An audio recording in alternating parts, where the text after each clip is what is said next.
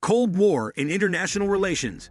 The Cold War, an intense rivalry between the United States and the Soviet Union, was more than just a geopolitical standoff.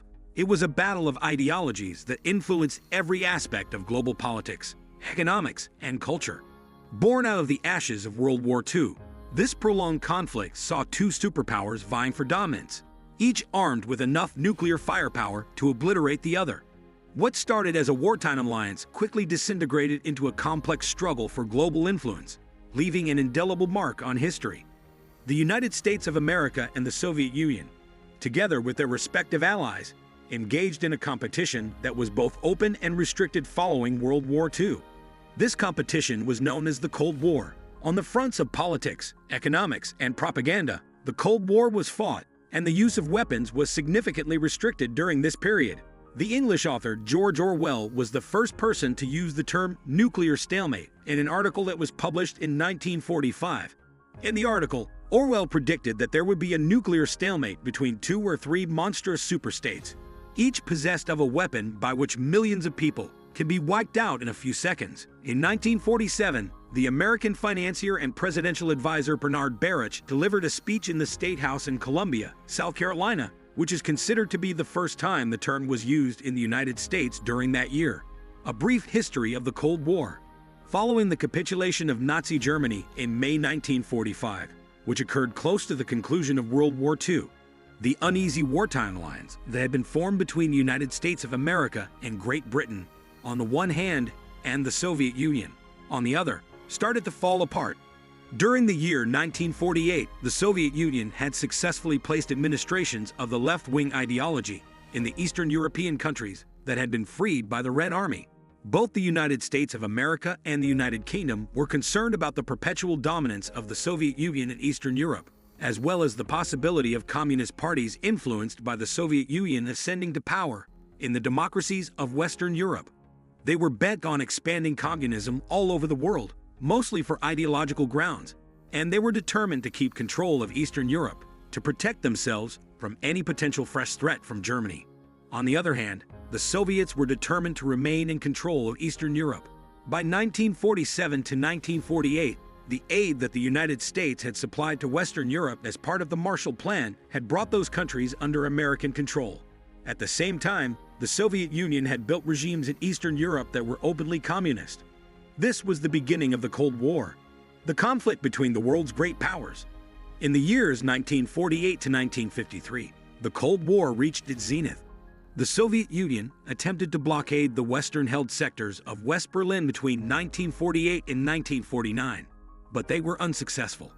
During this period, the United States and its European allies established the North Atlantic Treaty Organization, NATO, which was a unified military command to resist the Soviet presence in Europe. In 1949, the Soviet Union detonated its first atomic warhead, which ended the American monopoly on the atomic bomb. In 1949, the Chinese Communists came to power in mainland China. In 1950, the Soviet-supported Communist government of North Korea invaded South Korea, which was supported by the United States. This conflict lasted until 1953. During the years 1953 to 1957, the Cold War tensions were somewhat reduced, mostly as a result of the death of Joseph Stalin, the longtime dictator of the Soviet Union, in 1953. Yet, the stalemate continued uninterrupted. In 1955, the Warsaw Pact was established as a coordinated military organization among the countries that were part of the Soviet bloc. In the same year, West Germany was accepted into the North Atlantic Treaty Organization. During the years 1958 to 1962, the Cold War entered yet another heated phase. Both the United States of America and the Soviet Union started working on the development of intercontinental ballistic missiles. In 1962, the Soviet Union started deploying missiles in Cuba that were capable of launching nuclear attacks on cities in the United States by clandestine means. This resulted in the Cuban Missile Crisis, which occurred in 1962, and was a confrontation that took the two superpowers to the verge of war. However, an agreement was eventually struck to withdraw the missiles from Cuba. During the Cuban Missile Crisis, it became evident that neither the United States nor the Soviet Union were prepared to deploy nuclear weapons, because they were afraid of the response of the other, and consequently of mutual atomic destruction on both sides. The Nuclear Test Ban Treaty of 1963, which prohibited the testing of nuclear weapons above ground, was quickly signed by the two superpowers. However, the crisis also strengthened the Soviet Union's resolve to never again be humiliated by their military inferiority. As a result, the Soviet Union started a buildup of both conventional and strategic forces, which the United States was compelled to equal over the next quarter of a century. The United States of America and the Soviet Union avoided open military conflict in Europe during the duration of the Cold War. Instead, they engaged in genuine war operations for the sole purpose of preventing their allies from defecting to the opposing side or to overthrow them once they had already transferred their allegiance.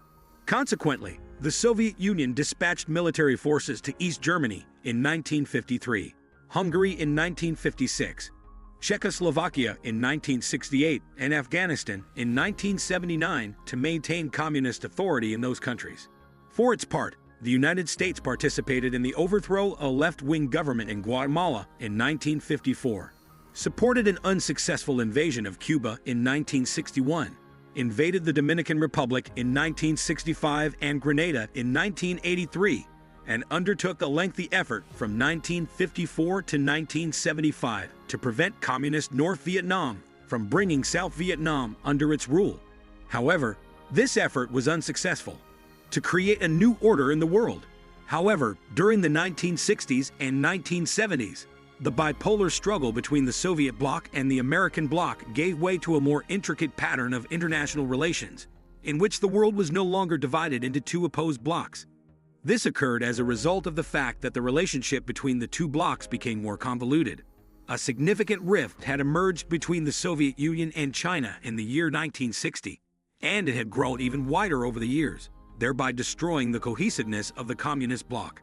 Less strong countries had greater opportunities to establish their independence, and frequently demonstrated that they were resistant to the coercion or cajoling of superpowers. As a result of the Strategic Arms Limitation Talks, SALT, that took place in the 1970s, tensions during the Cold War began to decrease.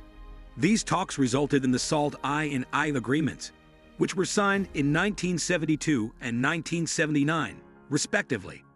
These agreements allowed the two superpowers to place restrictions on their anti-ballistic missiles and their strategic missiles that were capable of carrying nuclear weapons.